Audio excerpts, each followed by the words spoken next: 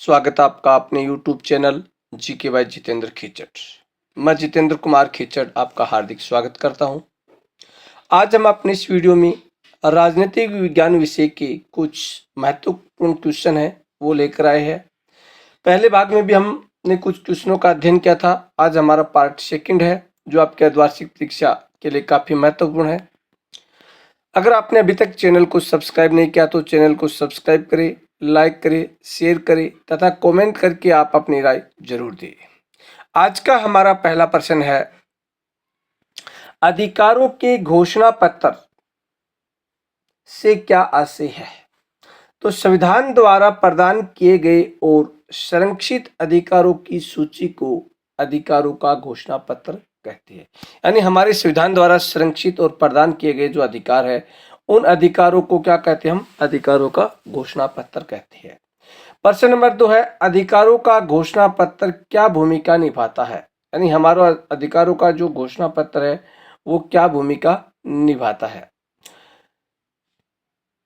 Question 2 का answer है, अधिकारों का घोषणा पत्र सरकार को नागरिकों के अधिकारों के विरुद्ध काम करने से रोकता है।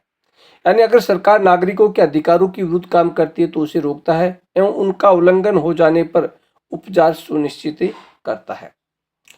उसके बाद में क्वेश्चन नंबर 3, संविधान नागरिकों के अधिकारों को किस प्रकार सुरक्षित करता है?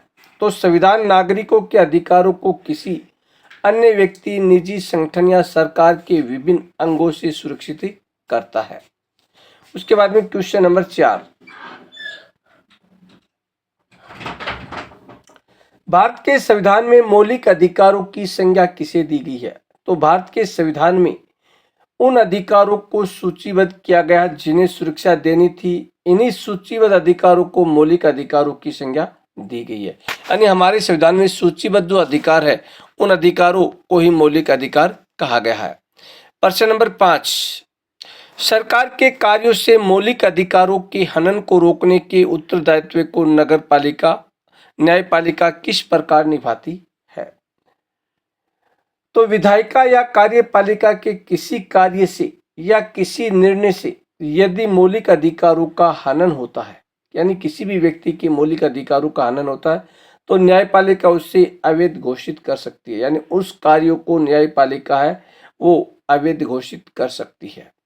उसके बाद में क्वेश्चन नंबर 6, क्या मौलिक अधिकार निरंकुश या असीमित अधिकार है?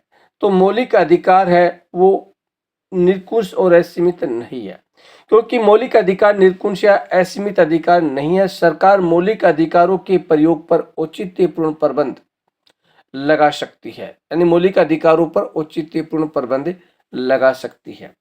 प्रश्न नंबर 7, स्वतंत्रता के अधिकार से क्या आशय है? यानी स्वतंत्रता का अधिकार किसे कहते हैं? स्वतंत्रता के अधिकार से आशय है बिना किसी अन्य की स्वतंत्रता को नुकसान पहुंचे और बिना कानून व्यवस्था को ठेस पहुंचे प्रत्येक व्यक्ति अपनी चिंतन, अभिव्यक्ति एवं कार्य करने की स्वतंत्रता का आनंद ले सकता है। इसे ही स्वतंत्रता का अधिकार कहा गया। प्रश्न नंबर 8, निवारक नजरबंदी किसे कहते हैं? निवारक नजरबंदी किसे कहते हैं? यानी जब किसी व्यक्ति को इस आशंका पर गिरफ्तार किया जाता है कि वह कोई गैर कानूनी कार्य करने वाला है तो उसे गिरफ्तार कर वर्णित प्रक्रिया का पालन किए बिना कुछ समय के लिए जेल भेज दिया जाता है। इसे क्या कहते हैं? निवारक नजरबंदी कहते हैं। उसके बाद में क्वेश्चन नंबर 9, प्रत्यक्ष रूप से निवारक नजरबंदी सरकार का किनसे निपटाने का एक अधिकार है?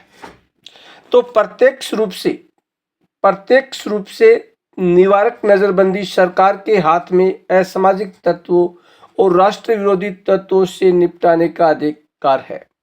प्रश्न संख्या 10, भाषण और अभिव्यक्ति की स्वतंत्रता पर किस आधार पर प्रतिबंध लगाए जा सकते हैं? तो भाषण और अभिव्यक्ति की स्वतंत्रता पर कानून व्यवस्था, शांति और नैतिकता के आधार पर प्रतिबंध लगाए जा सकते हैं। अगर आपने अभी तक हमारे चैनल जीके बाय जितेंद्र खिचर को सब्सक्राइब नहीं किया तो चैनल को सब्सक्राइब करें, लाइक करें, शेयर करें तथा कमेंट करके आप अपनी राय जरूर दें। इसी के साथ जय हिंद, जय भारत, जय जय राजस्थान।